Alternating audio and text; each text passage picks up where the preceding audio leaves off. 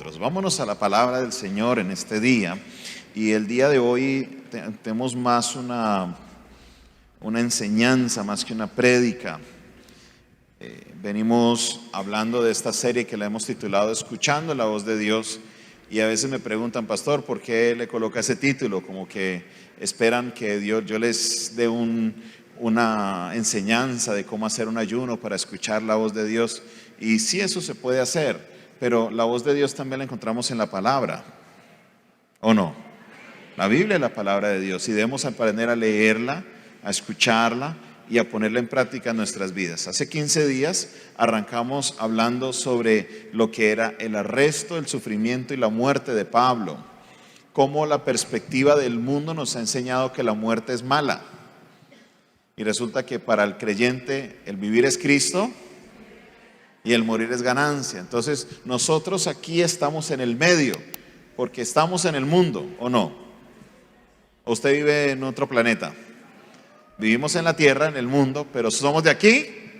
No somos de aquí. Yo tengo una ciudadanía celestial. ¿Cuántos tienen su ciudadanía celestial? Yo tengo mi ciudadanía con mi pasaporte celestial, que cuando llegue ese día y me toque presentarlo, ahí tengo mi documento y entraré, porque Jesucristo nos abrió el camino. Amén. Entonces, a nosotros entender eso, estamos aquí, no somos de aquí, pero nos tratan de influenciar con las ideas de aquí. Nos tratan de meter las ideas de aquí. Entonces, dentro de la iglesia encontramos gente que piensa que la muerte es mala, que no se debe hablar de la muerte. Pastor, no diga la muerte, que eso trae la muerte, eso llama a la muerte. Y los cristianos empiezan a aferrarse a la vida como hacen los del mundo. La gente del mundo se aferra a la vida. ¿Sabe por qué? Porque piensan que al morir es el final de todo. Porque no saben qué va a pasar después de que se mueran. Por eso le tienen miedo a la muerte. Y a veces los cristianos estamos así, tan aferrados a la vida, que hasta reprenden a la muerte, como si fuera algo malo. No es así. La muerte para el creyente es el día en el que la promesa que Dios nos dio de la vida eterna, nos encontraremos con nuestro Creador. Amén. Hace 8 días hablábamos de Pedro y el sufrimiento y las pruebas. Pedro nos enseña en su primera carta de que para eso fuimos llamados. ¿Para qué fuimos llamados? Dice Pedro. Número 1, para que hagamos el bien. Levante su mano y diga, yo debo hacer el bien. Ahora, dice Pedro, que si usted hace lo malo y lo castigan, usted se lo ganó. Pero si usted haciendo lo bueno lo castigan, ahora sí se puso buena la bendición. Es literalmente lo que dice el texto. ¿Por qué? Porque seguimos el ejemplo de nuestro gran maestro llamado Jesús. ¿Qué le pasó a Jesús? ¿Hizo lo bueno o hizo lo malo? ¿Y cómo le pasó a él? ¿Sufrió o no sufrió? Entonces, cuando yo hago lo bueno y sufro, me uno a Cristo. Y si me uno en su sufrimiento, también me uno a Cristo en su victoria. Amén. Entonces, como creyentes, no debemos tratar de evitar el sufrimiento. Tampoco es que lo voy a buscar, pero no tengo que estar en este afán como de evitar que me vaya mal cuando hago lo bueno, porque si hago lo bueno y no me va tan bien, estoy siendo igual a mi Maestro Jesucristo. Eso debe causar un gozo interno, un gozo espiritual al creyente. El día de hoy vamos a hablar un tema que, aunque es muy extenso, la meta mía el día de hoy es sembrar una semilla en su corazón. Sembrar una semilla. No vamos a tener una serie de varios domingos con respecto a este tema. Solamente voy a tratarlo hoy con la misma perspectiva, entendiendo lo que es la perspectiva bíblica. ¿Por qué es clave de que usted agarre la perspectiva bíblica? Hace 8 días les daba el ejemplo que aquí a mi mano derecha tenemos un hermoso piano que lo compramos hace poco. ¿Se acuerdan? ¿Cuántos sembraron para que se pudiera comprar ese piano? ¿Cierto? Muchos de ustedes pasaron y dieron su ofrenda. Ya lo terminamos de pagar, gloria a Dios. ¿Ese piano a qué mano está? ¿Mano derecha o mano izquierda? No, está a la derecha. No, que está a la derecha. No, que está a la derecha. Que está a la derecha. Y nos podemos pasar aquí todo el día alegando. Y desde su perspectiva, aquí es donde viene la clave, desde su punto de vista está a mano, pero desde mi punto de vista está a mano derecha. Mi perspectiva hace que mi realidad sea presente. yo tomo decisiones basadas en mi perspectiva. Si yo me voy a dirigir al pianista, que a veces lo tengo que hacer, voy a voltear ¿a qué mano? ¿A mano derecha o mano izquierda? Voy a voltear a mi derecha, porque él está a mi derecha. Ahora, si les digo a ustedes, ¿a qué lado volteo para mirar al piano? Usted me va a decir, pastor, voltea a la izquierda. ¿Y yo qué voy a hacer? Porque esta es mi perspectiva. Según mi perspectiva, yo tomo decisiones. Y según mis decisiones será la consecuencia de esas decisiones. Entonces, vivimos en el mundo y vivimos en una sociedad en la que todo el mundo quiere implantar su perspectiva en uno. Y no me digan que no. Bueno, cuando usted me ve medio enfermo, usted empieza, pastor, usted lo que tiene es gripa y necesita jengibre, necesita limón, necesita miel. Y otro dice, no, pastor, coja cebolla y miel. Y el otro, no, una menta con jugo de naranja. Y el otro, no. Y todo el mundo tiene su remedio y todos se lo quieren. Algunos que ni me preguntan, me aparecen ya con el remedio. Pastor, aquí está el remedio, tómeselo. ¿Qué uno está tratando de hacer ahí? De imponer su punto de vista en la persona. Y uno a veces accede y acepta lo que la persona, y ya empiezo a ver las cosas desde la cosmovisión de esa persona. Pero ¿qué pasa? Hay personas que, por ejemplo, sufren de la presión, y el jengibre es uno que altera la presión a veces. Y ese remedio, en vez de hacerle bien, le hace mal. Eso sucede con los creyentes. Estamos en el mundo y ahora tenemos acceso a Instagram, a TikTok, a Facebook, a YouTube.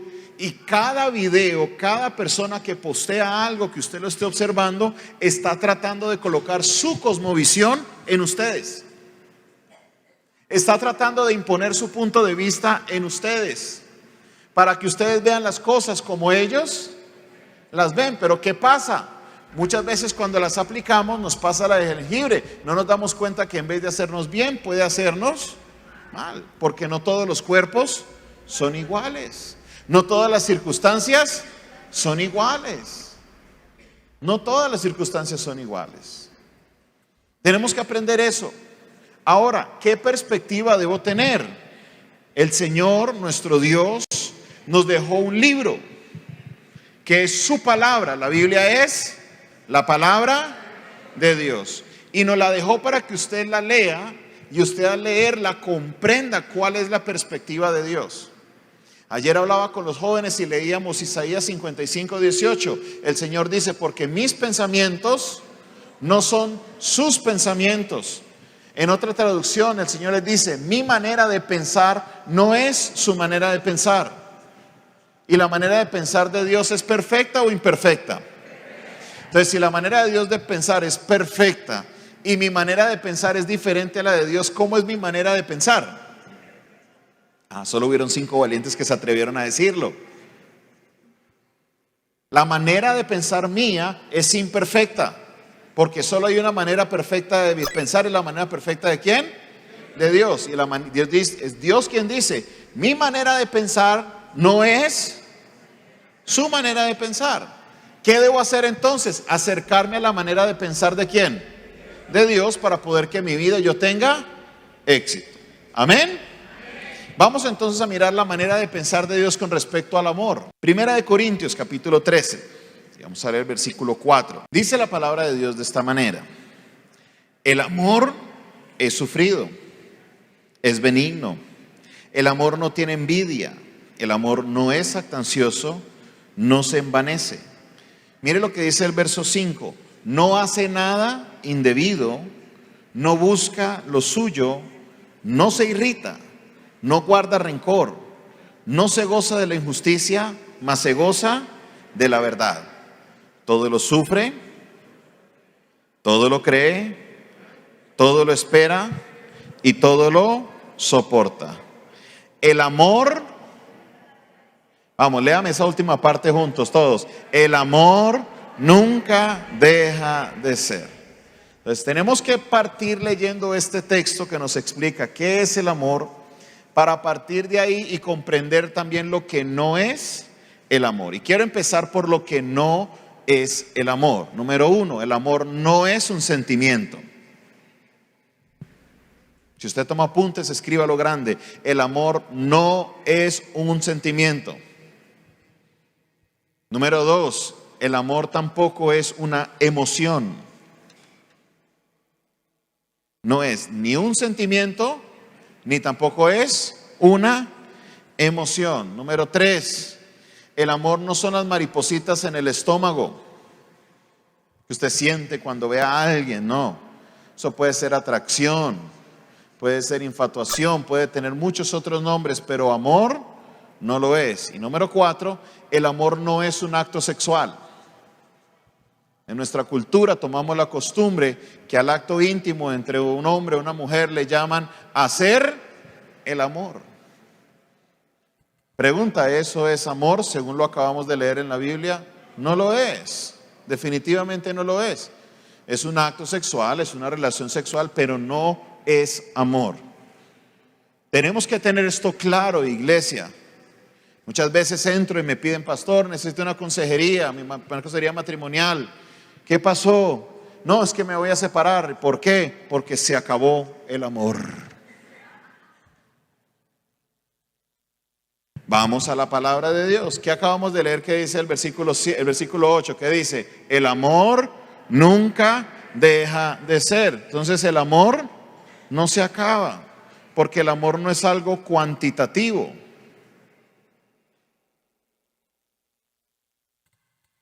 El amor es una decisión. El amor es una decisión.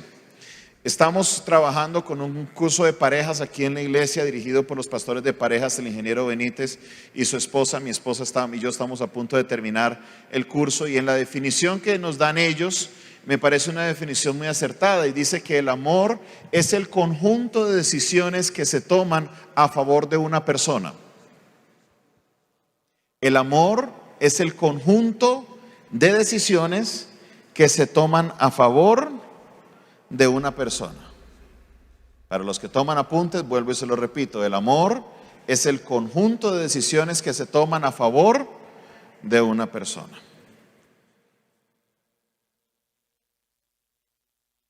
Aquí es donde ya el tema empieza un poquito a ponerse serio, porque muchos de nosotros padecemos de la ilusión de Hollywood, padecemos de lo que nos vendieron en las películas, que nos dijeron que el amor es algo que usted siente, una emoción, un cosquilleo por el cuerpo, un desespero por ver a alguien. Eso es el amor.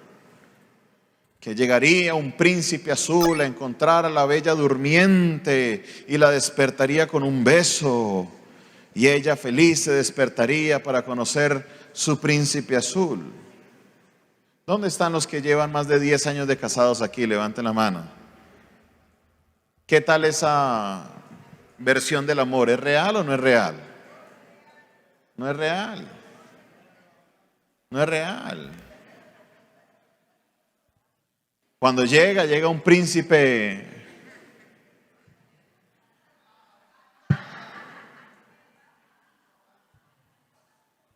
que no llegó en caballo, sino en burro.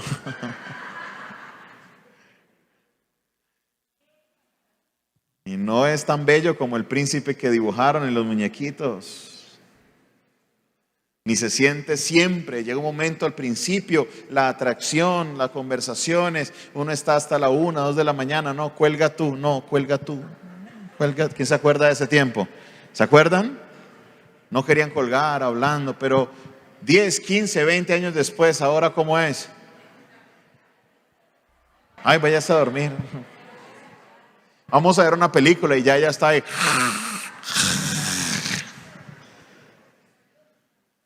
No es lo que nos dibujaron en Disney, no es lo que nos pintaron.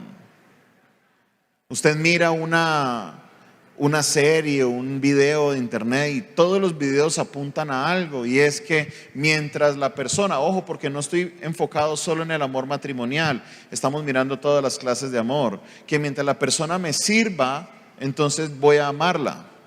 Pero cuando la persona me causa daño, ¿qué debo hacer? Bueno, usted, lo que dice la Biblia no, sino lo que dice el mundo, lo que presentan los videos.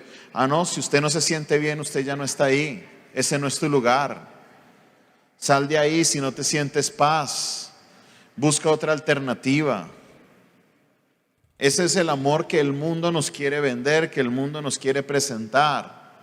Pero el amor de la Biblia, lo acabamos de leer, ¿qué dice? El amor es sufrido. El amor es benigno. El amor, dice, no se envanece, no tiene envidia. Y a mí me llama mucho la atención como el versículo 7 lo termina. Creo que lo encapsula de una manera impresionante. Si usted dice amar, usted debe poner en práctica esto. Todo lo sufre, todo lo cree, todo lo espera y todo lo soporta. Todo lo sufre, todo lo cree, todo lo espera y todo lo soporta.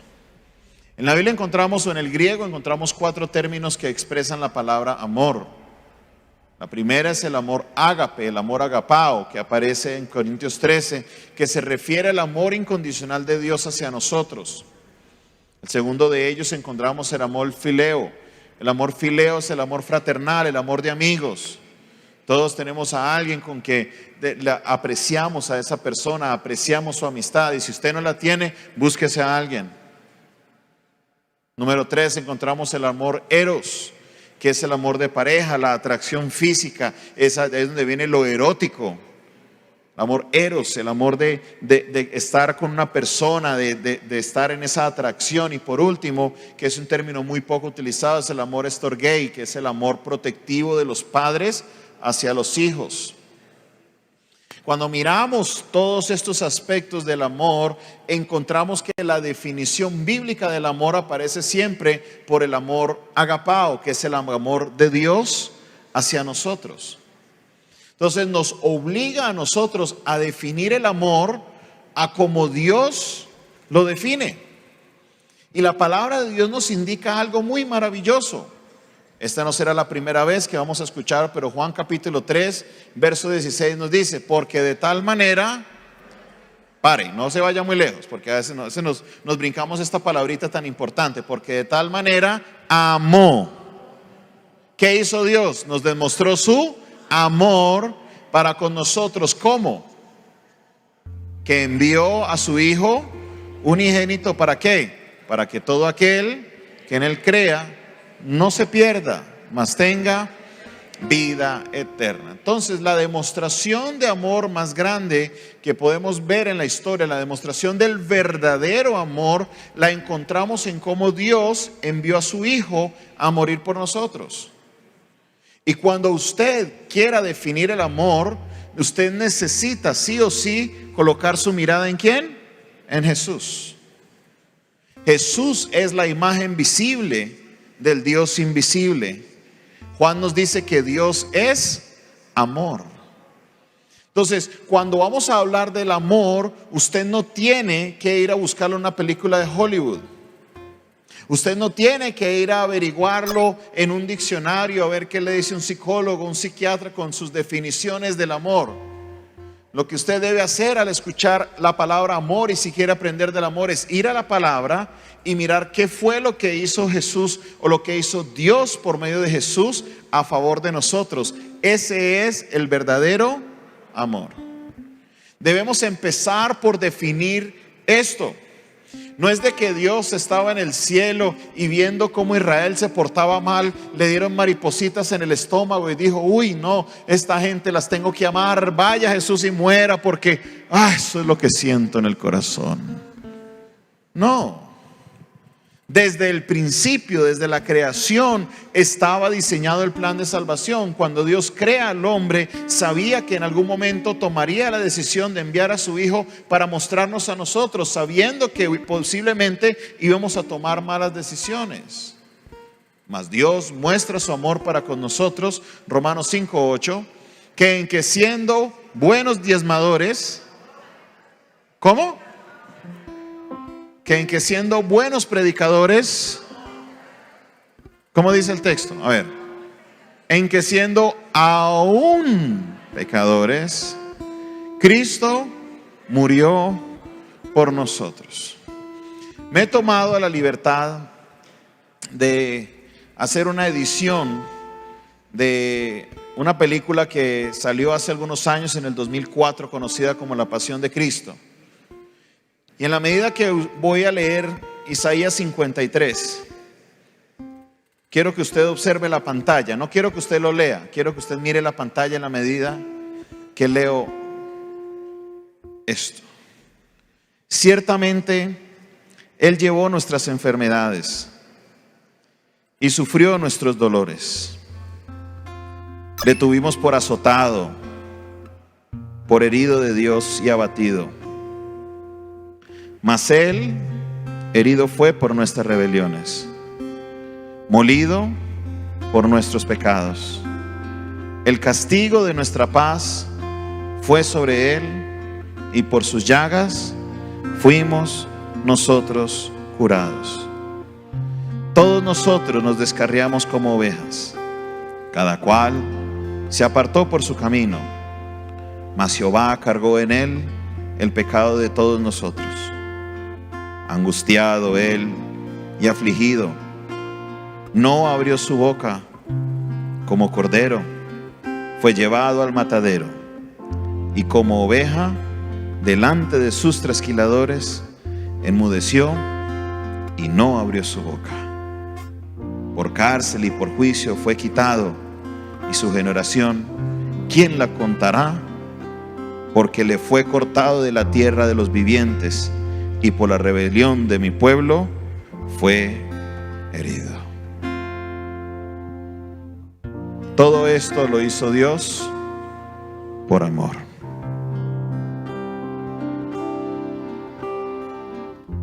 El amor de Dios expresado hacia nosotros. En el monte Calvario estaba una cruz, emblema de afrenta y dolor. Mas yo amo esa cruz, do murió mi Jesús por salvar al más vil pecador.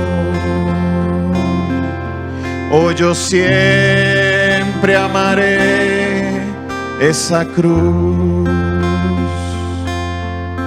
en sus triunfos mi gloria será.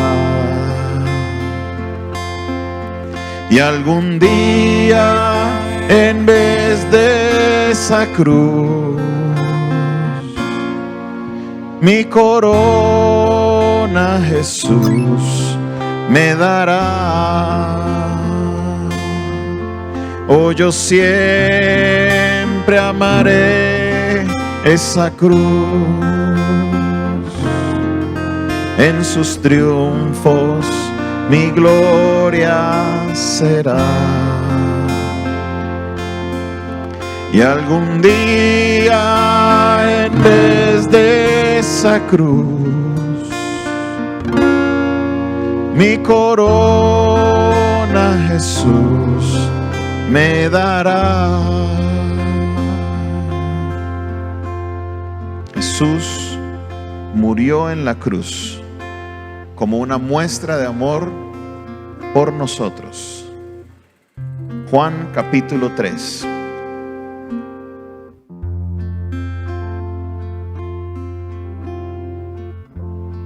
Jesús estaba conversando con Nicodemo,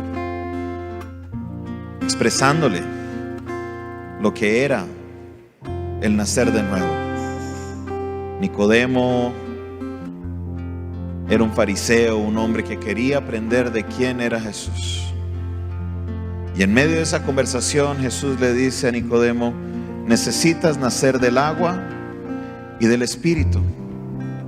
Pero en el versículo 14 Jesús dice lo siguiente: y como Moisés levantó la serpiente en el desierto, así es necesario que el Hijo del Hombre sea levantado, para que todo aquel que en Él cree no se pierda, mas tenga vida eterna.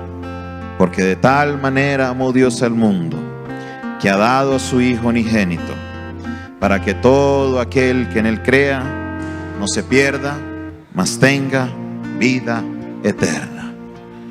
Porque el Hijo del Hombre Porque no envió Dios, perdón, al Hijo al mundo para condenar al mundo, sino para que el mundo sea salvo por él. El que en él cree no es condenado, pero el que no cree ya ha sido condenado, porque no ha creído en el nombre del unigénito Hijo de Dios. Cuando vemos la escena de la cruz, el sufrimiento, Romanos 5:8 nos recuerda de que Jesús sufrió todo lo que usted puede ver. No lo sufrió porque íbamos a ser buenas personas. No lo sufrió porque íbamos a ir a la iglesia, porque íbamos a predicar, o porque íbamos a evangelizar, o porque íbamos a tocar un instrumento, o porque íbamos a ser serviciales. No. Jesús murió sabiendo que le íbamos a fallar, sabiendo que íbamos a hacer lo incorrecto. Derramó su sangre, cada gota cayó. No hay remisión de pecados si no hay derramamiento de sangre. Jesús murió en la cruz como una demostración del amor de Dios para con todos nosotros. He aquí la señal más grande de amor. Jesús murió por mis pecados. ¿Puede usted alabar a Jesús en esta hora? ¿Puede alabar a Jesús por la obra que Él hizo a favor de nosotros?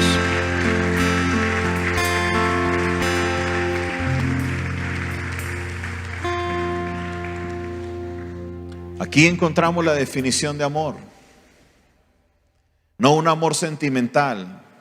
Es más, Jesús, al ver el panorama que le esperaba, estaba en el Getsemaní orando y decía: Padre, si es posible, pasa esta copa, pero que no se haga mi voluntad, sino que se haga tu voluntad. Y nos cuentan los evangelistas que en solo horas después vinieron los soldados romanos, y él, en vez de huir, él, en vez de correr, tomó la decisión de hacer la voluntad de su Padre, porque él sabía que eso era lo que el Padre anhelaba. Que él, Jesús, el Hijo, era forma de Dios, dice la Biblia, y siendo forma de Dios se hizo hombre y se hizo obediente hasta la muerte, y muerte de cruz. Pero no se quedó ahí, porque él al tercer día resucitó y fue exaltado hasta lo sumo, y hoy está sentado a la diestra del trono de Dios, y toda lengua confesará y toda rodilla se doblará y confesará que Jesucristo es el Rey de Reyes y Señor de los señores, para gloria de Dios Padre. Vamos, aplauda a Jesús en esta hora. Amén.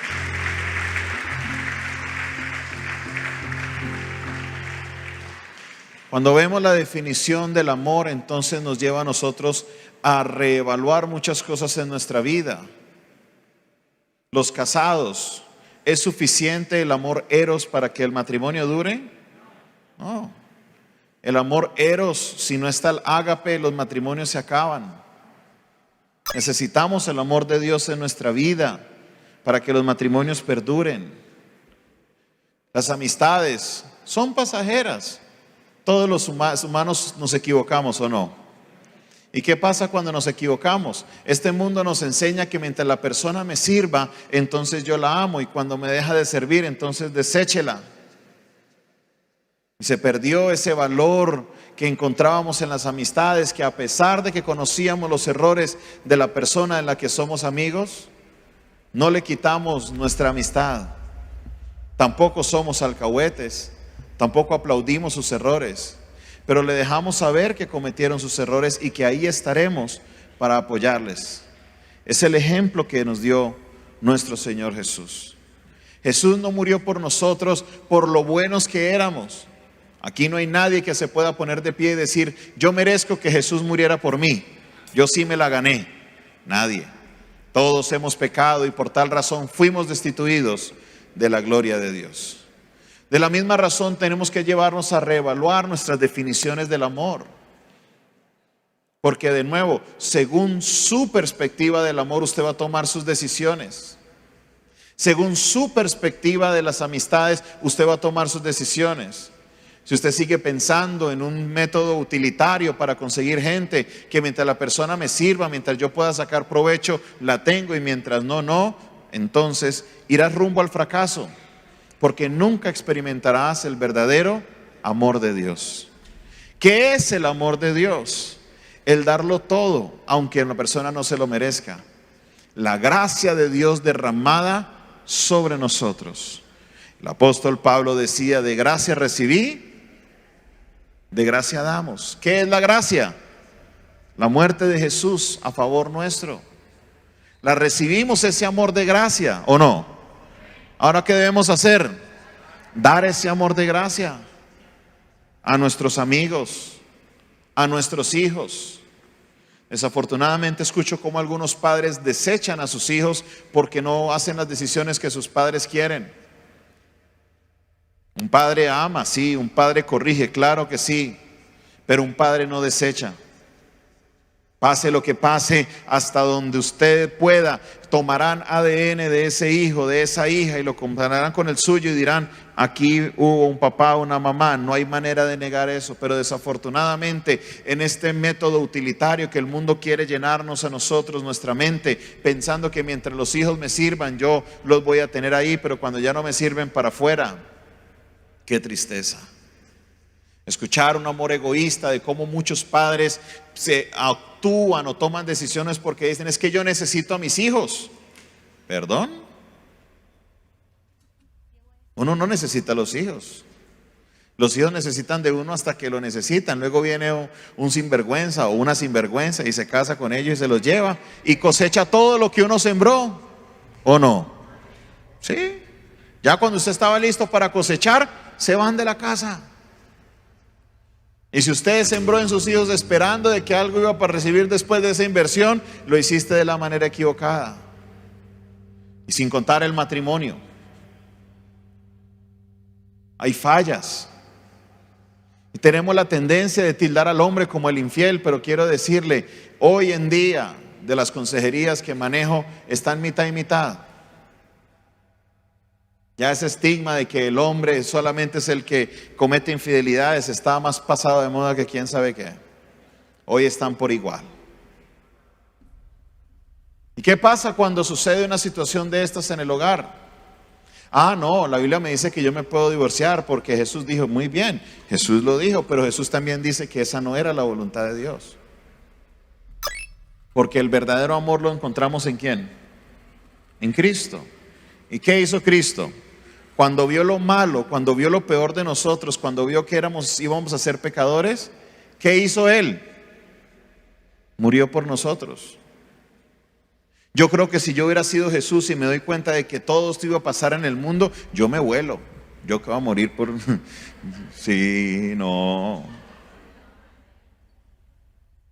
¿O usted haría lo mismo? Sí, no, muy complicado.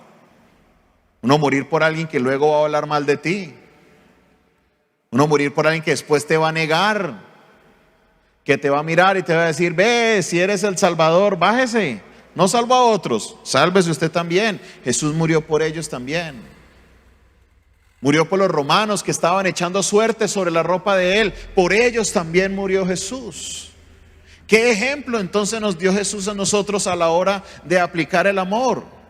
Que en medio de los problemas, en medio de los errores, en medio de las dificultades, el amor debe permanecer. El amor es sufrido, es benigno, todo lo espera, todo lo cree, todo lo soporta. El amor nunca deja de ser. Vimos estas escenas de la vida de Jesús, del sufrimiento que padeció Jesús en la cruz del Calvario, desde la perspectiva del dolor. Pero ahora quiero leerle, mientras usted observa los azotes de Jesús una vez más, la manifestación de la palabra de Dios en el amor. Romanos 5:8 nos dice: mas Dios muestra su amor para con nosotros, en que siendo aún pecadores, Cristo murió por nosotros. Porque de tal manera amó Dios al mundo, que ha dado a su Hijo unigénito, para que todo aquel que en Él crea no se pierda, mas tenga vida eterna. Juan capítulo 13, verso 34 dice: un mandamiento nuevo os doy, que os améis unos a otros, como yo os he amado, que también os améis unos a otros. En esto conocerán todos que sois mis discípulos, si tuviereis amor los unos por los otros. Libro de Gálatas, o carta a los Gálatas, capítulo 2, versículo 20. Nos dice la palabra del Señor de esta manera. Gálatas capítulo 2, verso 20, para los que están tomando apuntes. Con Cristo estoy juntamente crucificado, y ya no vivo yo, mas Cristo vive en mí. Y lo que ahora vivo, vivo en la carne, lo vivo en la fe del Hijo de Dios, el cual me amó y se entregó a sí mismo por mí. No desecho la gracia de Dios, pues si la ley fuese, entonces por demás murió Cristo. Primera carta del apóstol Juan, capítulo 3, verso 16, coincidencialmente con su otra obra maestra. En esto hemos conocido el amor, en que Él puso su vida por nosotros. También nosotros debemos poner nuestra vida por los hermanos. Pero el que tiene bienes de este mundo y ve a su hermano tener necesidad y cierra contra él su corazón, ¿cómo mora el amor de Dios en él? Hijitos míos, no amemos de palabra ni de lengua, sino de hecho y en verdad. Apocalipsis, capítulo 1, verso 5. Nos dice el apóstol Juan de la siguiente manera: y de Jesucristo, el testigo fiel, el primogénito de los muertos, el soberano de los reyes de la tierra, al que nos amó y nos lavó de nuestros pecados con su sangre. A Él sea la gloria, la honra y la exaltación. Jesucristo, el verdadero ejemplo de amor por nosotros. Como les dije al principio de la enseñanza el día de hoy, más que una prédica sobre esta cosmovisión, es sembrar una semilla en su corazón, para que usted indague en la Biblia, para que usted lea qué es el verdadero amor, para que usted estudie y empiece a redefinir las relaciones que hay alrededor de su vida. Entienda que muchas veces el sentimiento va a desaparecer, pero la decisión debe permanecer.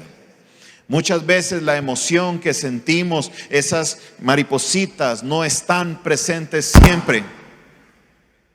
Era para que no se despertaran. Eso va a desaparecer, pero la decisión siempre va a permanecer. Todo lo que vivimos es pasajero, pero usted debe tomar la decisión de amar. Amar a Dios por sobre todas las cosas. Sí, a veces uno siente que uno no quiere amar a Dios. Ay, no, es que esto, es que lo otro, es que el mundo, es que aquí, que allá. Los sentimientos le hacen una mala jugada, te hacen ver las cosas como no son. Pero debes tomar la decisión de amar a Dios por sobre todas las cosas. Y con esto probamos una vez más que el amor es una decisión. ¿Sería justo que Dios nos obligara a amarlo si el amor fuera un sentimiento? Pregunto, ¿usted puede controlar sus sentimientos? ¿Usted puede controlar cómo se siente en la mañana, en la tarde, en la noche? Uno se amanece contento, luego pasa algo, se pone triste, luego se pone alegre y termina bravo. ¿Usted puede controlar eso? No. Sería injusto si Dios nos obligara como mandamiento a amarlo si el amor fuera un sentimiento. El amor no es un sentimiento, el amor es una decisión. Por eso Dios demanda de nosotros que le amemos a Él por sobre todas las cosas y que podamos amar a nuestro prójimo como a nosotros mismos. Jesús nos expresa en un momento algo bien interesante y nos dice: ¿qué de bueno hay en nosotros si solo le hacemos el bien a los que nos hacen bien? ¿Conoce usted a una persona que no es convertida, que no es cristiana y le hace bien a los que no le hacen bien, a los que le hacen bien, perdón? Todo el mundo, la mayoría tiene ese principio. Si me hacen bien, le hago bien. Jesús nos reta y nos dice: ¿qué hay de bueno en esto? ¿Qué gana ustedes si hasta aún los impíos hacen lo mismo que nosotros? Aprendan de su Padre Celestial, que hace salir el sol sobre buenos y malos. Si ustedes van a amar, ámenlos a todos, a los que te hacen el bien y también a los que no te hacen el bien. Por eso les digo, estoy parafraseando muy libremente lo que dijo Jesús, pero Él dijo: amen a sus enemigos.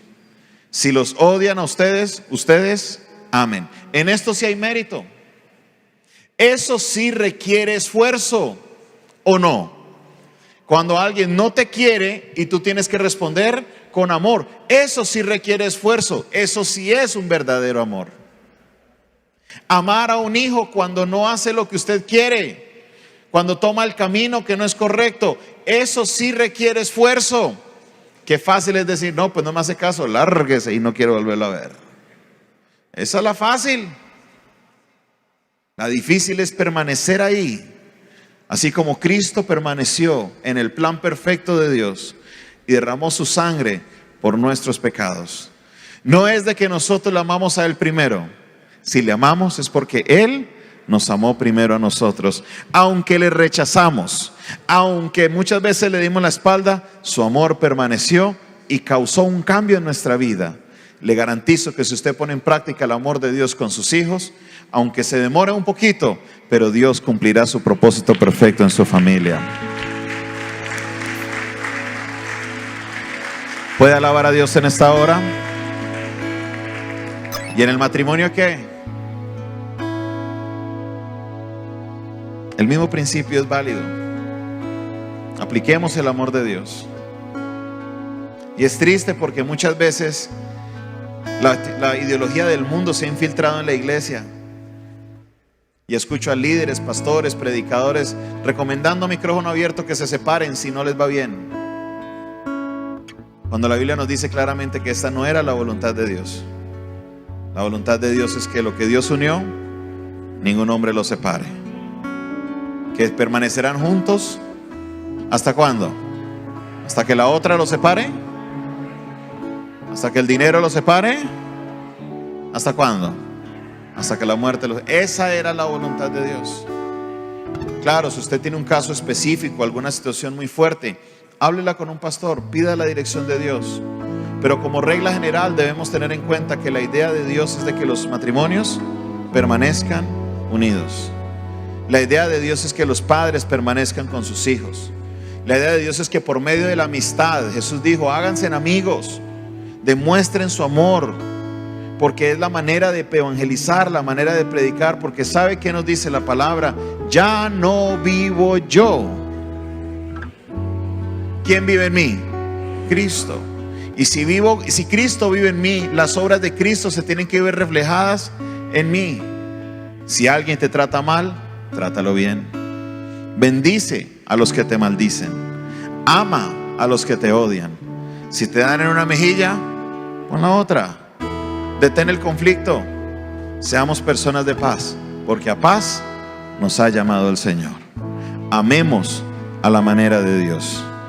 Es un tema muy amplio, podría quedarme aquí toda la mañana hablándoles de las diferentes ramificaciones, pero lo que quiero es inquietarle, porque muy posiblemente de todo el contenido que usted ingiere en la televisión, en las novelas, miniseries, Netflix, YouTube, todas las redes sociales, nos llenan de contenido que debemos simplemente dejar a la persona. Pero eso no fue lo que hizo Jesús. Oiga, si yo hubiera sido Jesús, yo hubiera abandonado a Jonathan Castañeda hace rato. Sin vergüenza. Nació en la iglesia sin vergüenza. Sin embargo, naciendo en la iglesia fue y se descarrió. Conociendo la verdad fue y buscó lo malo. Pero no, Jesús estuvo ahí todo el tiempo. En el momento peor de mi vida, ahí estuvo Él con su mano de amor. Y si estoy aquí, es porque Él hizo una obra en mí. Amémonos los unos a los otros como Cristo nos ha amado. Gloria a Dios. Y al que está sentado en el trono, al que vive para siempre y siempre,